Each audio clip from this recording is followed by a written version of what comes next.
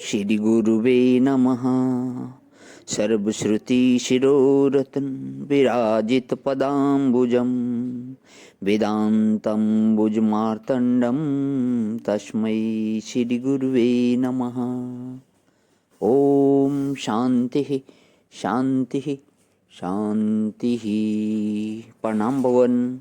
मांडुक्य कारिका प्रवचन वैतथ्य प्रकरण से स्वामी श्री अखंडानंद सरस्वती जी महाराज की व्याख्या। बहुत ही सुंदर भगवान दिव्य ग्रंथ, जिसमें हम पेज नंबर 36 पे आज स्वामी जी बताते हैं कि अब देखो, हमारे उपासक लोग कहते हैं कि स्वप्न भी सच्चा होता है। वेदांत की बात पीछे सुना देंगे, जरा भक्ति उपासना की बात भी सुनो। उपासक लोग कहते हैं कि यह जो स्वप्न आता है, यह भी हमारे कर्म, उपासना और योगाभ्यास का फल है और ईश्वर देता है। तो कहते हैं कि जो कर्म हमारा प्रबल होता है, वह तो वस्तु को जागृत अवस्था में ले आता है। कर्म के फल से ही तो वस्तुएं आती हैं। सुख गया, दुख आया, जागृत अवस्था में जीना हुआ, मरना हुआ, यह सब प्रबल कर्म के फल से हुआ। परंतु कुछ कर्म ऐसे होते हैं जिनका फल जागृत अवस्था में वस्तु, व्यक्ति या क्रिया के रूप में नहीं मिल सकता। हल्के कर्म हैं, तो ईश्वर क्या उन कर्मों का फल नहीं देगा? ईश्वर तो कर्मों का फल देता है, तो उन कर्मों का फल ईश्वर स्वप्न में दे देता है। किसी ने इतना पुण्य किया कि उसको हीरा सोना मिले, अच्छी स्त्री से उसका विवाह होवे, अच्छे पुरुष से विवाह होवे, उसको सनक चंदन वनिता का भोग प्राप्त होवे, लेकिन इतना प्रबल कर्म नहीं है कि ठोस वस्तु उससे मिले। तो ईश्वर क्या करता है कि स्वप्न अवस्था में उसको मानस भोग दे देता है। तो क्या तात्पर्य निकला? सपना सत्य है। क्यों? बोले कि कर्म के फल के रूप में ईश्वर ने भोग दिया है। जैसे जागृत के कर्म के फल स्वरूप भोग की प्राप्ति ईश्वर के संकल्प से होती है, वैसे ही ईश्वरेच्छा से स्वप्न में भी कर्मानुसार भोग की प्राप्ति होती है। ऐसे ऐसे विलक्षण स्वप्न आते हैं महाराज।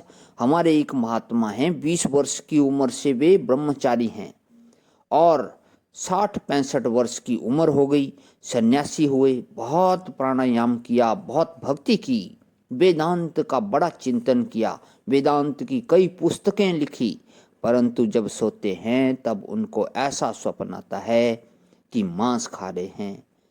उनके घर में उनके दादा बाप माँ ने कभी मांस नहीं खाया, क्योंकि वैश्य जाति के हैं, और उनकी पीढ़ी दर पीढ़ी में कभी मांस नहीं खाया गया। अच्छा, उन्होंने भी कभी खाया नहीं, लेकिन जब वे सोते हैं तो उनको मांस खाने को मिलता है। अब उन्होंने उस स्वप्न को मिटाने के लिए बड़े प्रयास किए। वे कहते हैं कि मैं जानता हूँ कि स्वप्न मिथ्या है। मैं स्वप्न को नहीं, जागृत को भी मिथ्या जानता हूँ, सुषुप्ति को भी मिथ्या जानता हूँ। परंतु स्वप्न को मिटाने के लिए एड़ी का पसीना चोटी तक पहुंचा देना, क्या नहीं किया उन्होंने। उसके लिए उन्होंने योगियों से शक्तिपात करवाया, गायत्री के बड़े बड़े अनुष्ठान किए, स्त्री का वेश धारण करके सखी बनकर रहते हैं, लेकिन वह स्वप्न वैसा ही आता है, मिटता ही नहीं। तो घबराना नहीं, या सब सपने ऐसे ही आते आते रहते हैं। असल में जब हम उनको मिटाने चलते हैं तो वे जोरदार हो जाते हैं। माने जब हम उनको कीमत देते हैं कि ये हमारा कुछ नुकसान कर सकते हैं, उनको कीमती मान लिया कि हमारा दुश्मन हमारा नुकसान कर सकता है, तब ना हम दुश्मन पर पहले आक्रमण करने चले, और पहले आक्रमण करने चले तो अवचेतन मन में हमारे अनजाने में ही वह प्रबल बन गया। अब हम चाहते हैं उसको मिटाना और वह चाहता है निकलना। अब यह जिंदगी में द्वंद्व छिड़ गया, तो कभी सपने के पीछे नहीं पड़ना। यह दुनिया में जो लोग जागृत में किसी चीज के पीछे पड़ जाते हैं, उनका भी यही हाल होता है। प्रणाम भगवान। आज विराम। ओम शांति शांति शांति।